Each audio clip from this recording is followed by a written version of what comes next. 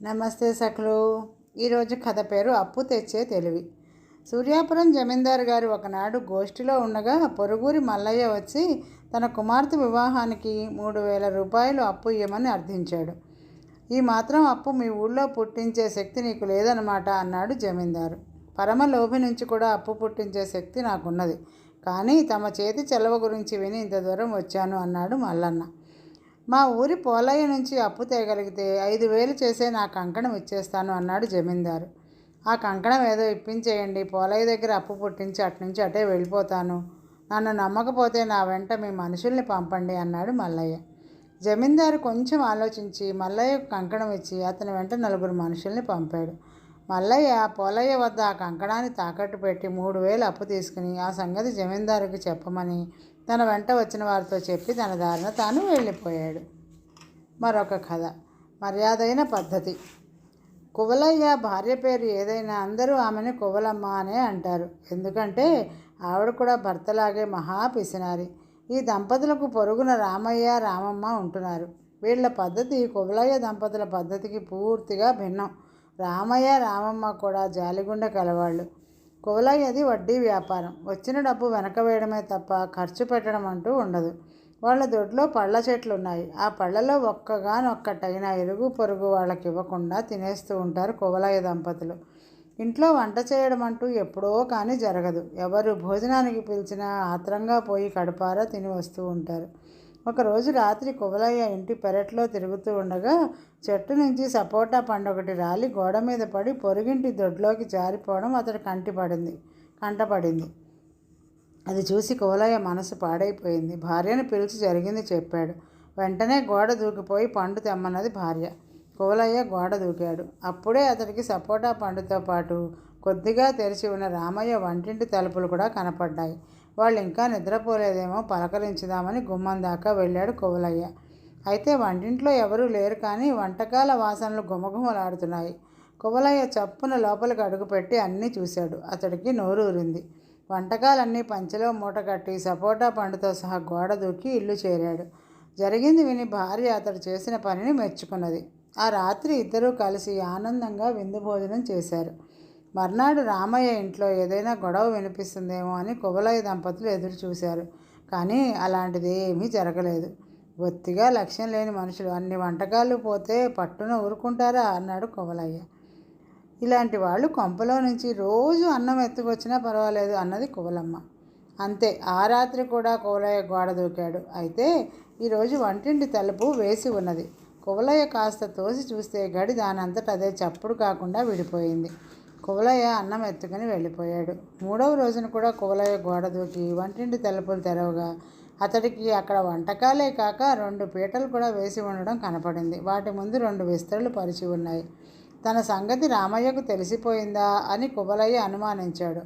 చూద్దాం, ఏమైతే అది అవుతుంది అని అతడు వంటకాలను విస్తరలలోకి సర్దుకుని తీసుకుపోయాడు. మర్నాడు రామయ్య ఇంటి ముందు చాలా జనం గుమికూడారు. విశేషమేమిటో అనుకుంటూ కువలయ్య అక్కడికి వెళ్ళాడు. రామయ్య అక్కడ చేరిన వాళ్ళతో, మా ఇంటికి రోజు భగవంతుడు వచ్చి భోజనం చేసి వెళ్తున్నాడు. మొదటి రోజున ఇంట్లో వంటకాలు మిగిలిపోతే వాటిని దేవుడు తినేశాడు. నేను కుక్క తినేసింది అనుకున్నాను. అయినా విషయం తెలుసుకుందామని 2వ రోజు కూడా వంటకాలు ఎక్కువ వండాం. వంటింటి తలుపులు వేసేసాం. అయినా వంటకాలు మాయమయ్యాయి. ఇది కుక్క పనో దేవుడి పనో తెలుసుకుందామని 3వ రోజు విస్తరలు కూడా వేశాం. ఈసారి విస్తరలతో సహా వంటకాలు మాయమయ్యాయి. అంటే ఇది తప్పకుండా దేవుడి పనే అయి ఉండాలి కదా అన్నాడు. జనం అంతా అవును అవును అన్నారు. ఈ వింత చూడడానికి రోజు రాత్రి జనం రామయ్య దొడ్లో పోగవసాగారు. వారం రోజులు గడిచినా దేవుడు ఆ ఛాయలకేసి రాలేదు.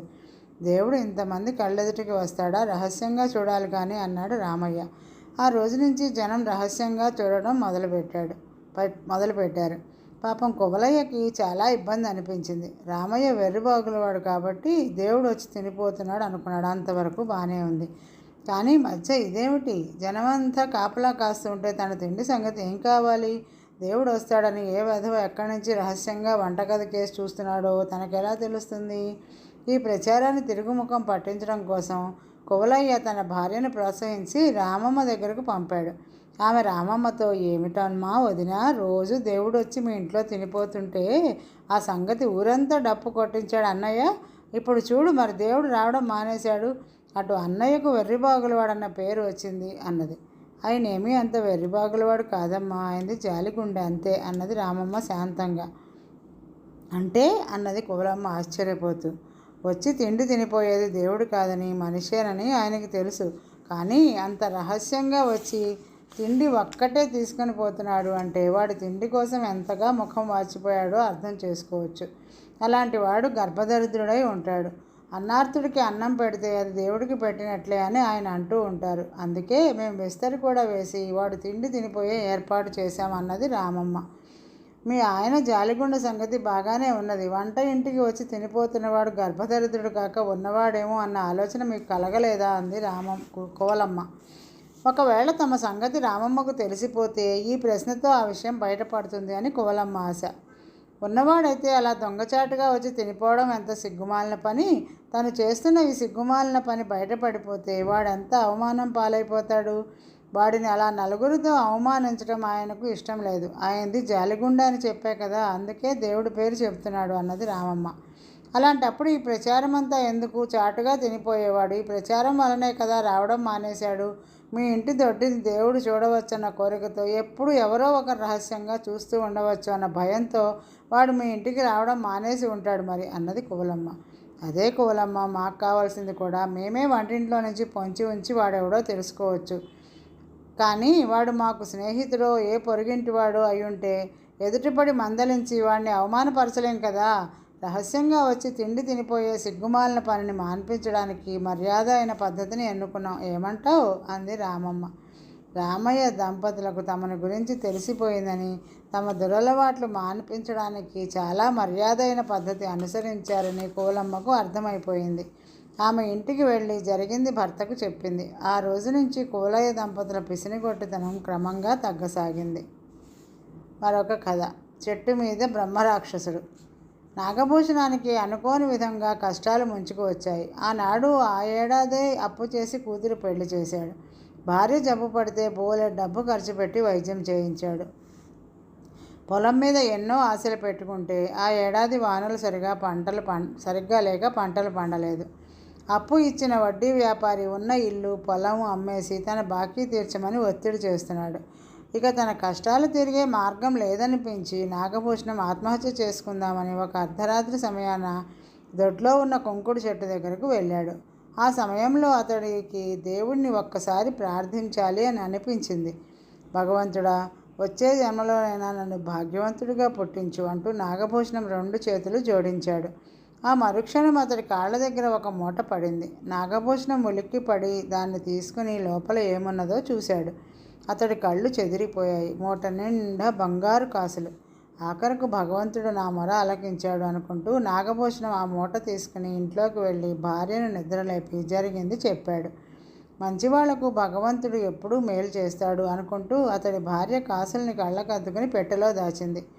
ఆనాటితో నాగభూషణం దరిద్రం తీరిపోయింది. అప్పులన్నీ తీర్చేసి మరి కాస్త పొలం కూడా కొనుక్కుని సుఖంగా బతకసాగాడు. అయితే ఇప్పుడు నాగభూషణానికి మరొక ఇబ్బంది ఎదురైంది. తండ్రి దగ్గర బాగా డబ్బు చేరడంతో అతడి పెద్ద కొడుకు అల్లరి చిల్లరగా తయారై జూదగృహాల వెంట తిరగసాగాడు. ఒక రోజున జూదగృహంలో ఒక పెద్ద గొడవ జరిగింది. ఆ గొడవలో నాగభూషణం కొడుకు కొట్టిన దెబ్బలకు ఆ ఊళ్ళోని ఒక రత్నాల వ్యాపారి కొడుకు స్పృహ తప్పి పడిపోయాడు. అతడు బతకడు అని అందరూ అనుకున్నారు. నాగభూషణానికి ఏం చేసేందుకు పాలుపోలేదు. కొడుకు మరణశిక్ష పడితే వాడు దక్కకుండా పోవడం అట్లా ఉంచి తనను అందరూ హంతకుడు తండ్రి అంటూ అవమానిస్తారు.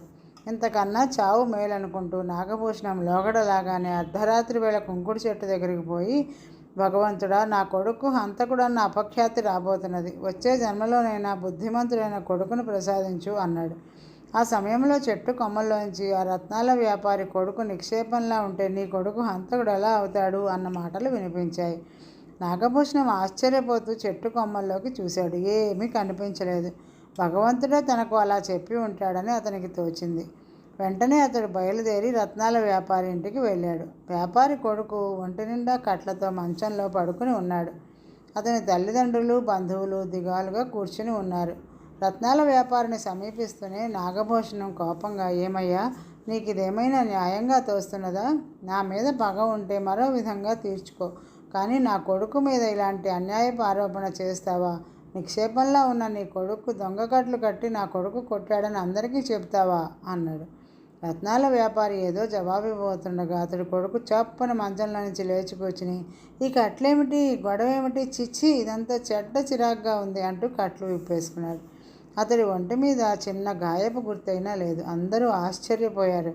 అంతా ఏదో మాయలాగా ఉంది అంటూ రత్నాల వర్తకుడి భార్య కొడుకుని కౌగలించుకున్నది.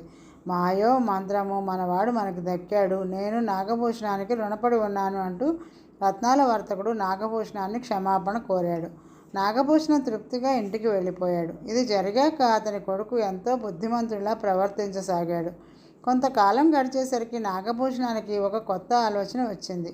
తను ధనవంతుడు అన్నమాట నిజం, కానీ కోటీశ్వరుడేం కాదు. తరతరాల పాటు తన వంశం సుఖపడేంత సంపద సంపాదించాలంటే ఒకే ఒక్క మార్గం ఉంది. దొడ్లో ఉన్న కుంకుడు చెట్టు దగ్గర మరొకసారి ఆత్మహత్యా ప్రయత్నం చేయడం. అందువల్ల తనకు రెండుసార్లు మేలు జరిగింది. ఇలా ఆలోచించిన నాగభూషణం ఒక అర్ధరాత్రి వేళ చెట్టు దగ్గరికి వెళ్ళాడు. హఠాత్తుగా పైనుంచి దభీమంటూ ఒక బ్రహ్మరాక్షసుడు అతని ముందు దూకి, మళ్ళీ ఎందుకు వచ్చావు అంటూ హుంకరించాడు. బ్రహ్మరాక్షసుని చూస్తూనే నాగభూషణానికి నోట మాట రాలేదు. అతి కష్టం మీద గొంతు పెగల్చుకొని, ఎవరు నువ్వు అని అడిగాడు. చావాలని వచ్చిన వాడివి నన్ను చూసి భయపడుతున్నావెందుకు? నేను బ్రహ్మరాక్షసుడిని. చాలా ఏళ్ళుగా ఈ చెట్టు మీద ఉంటున్నాను. నువ్వు ఆత్మహత్య చేసుకోకుండా ఉంటే నాకు ఈ భయంకర రూపం నుంచి విముక్తి కలిగి స్వర్గం చేరుకుంటాను. అందుకే లోకడ 2 సార్లు చావకుండా నిన్ను కాపాడాను అన్నాడు బ్రహ్మరాక్షసుడు. ఆ జవాబుతో నాగభూషణానికి భయం పోవడమే కాక బ్రహ్మరాక్షసుడి నుంచి మరికొంత సహాయం పొందవచ్చునన్న ఆశ కలిగింది. నా ఆత్మహత్యకు నీ స్వర్గప్రాప్తికి ఈ లంక ఏమిటి అన్నాడు నాగభూషణం. ఆ ప్రశ్నకు బ్రహ్మరాక్షసుడు పెద్దగా నిట్టూర్చి, భగవంతుడు మనిషికి కొంత ఆయువు ఇచ్చి ధైర్యంగా బతకమంటాడు. మనిషికి కష్టాలు వస్తే ధైర్యంగా ఎదుర్కోవాలి తప్ప ఆత్మహత్య లాంటి వాటికి పాల్పడరాదు. నేను నీ పూర్వీకుణ్ణి. కష్టాలు భరించలేక ఆత్మహత్య చేసుకొని ఆ పాప ఫలితంగా బ్రహ్మరాక్షసుని అయ్యాను. నా వంశంలో నా తర్వాత 5 తరాల వరకు ఎవరూ ఆత్మహత్య చేసుకోకుండా ఉంటే నా పాపం నశించి స్వర్గప్రాప్తి కలుగుతుంది. నా వంశంలో ఎవరికైనా 2 సార్లు మాత్రమే నేను సహాయం పడగలను. ఇప్పుడు నువ్వు నా వంశంలో 5వ తరం వాడివి. 2 సార్లు నీకు సహాయపడ్డాను. ఇప్పుడు నువ్వు ఆత్మహత్య చేసుకుని నాతో పాటు ఈ చెట్టు మీదకు తోడుగా వచ్చినా సరే, లేదా బతికినంతకాలం ధైర్యంగా బ్రతికి నన్ను స్వర్గంలో కలుసుకున్నా సరే అని చెట్టు మీదకి ఎగిరిపోయాడు. నాగభూషణం ఆ తర్వాత మళ్ళీ ఎన్నడూ ఆత్మహత్యా ప్రయత్నం తలపెట్టలేదు. ఈరోజుకి కథ సమాప్తం సకులు. తిరిగి రేపు కలుద్దాం. నమస్తే.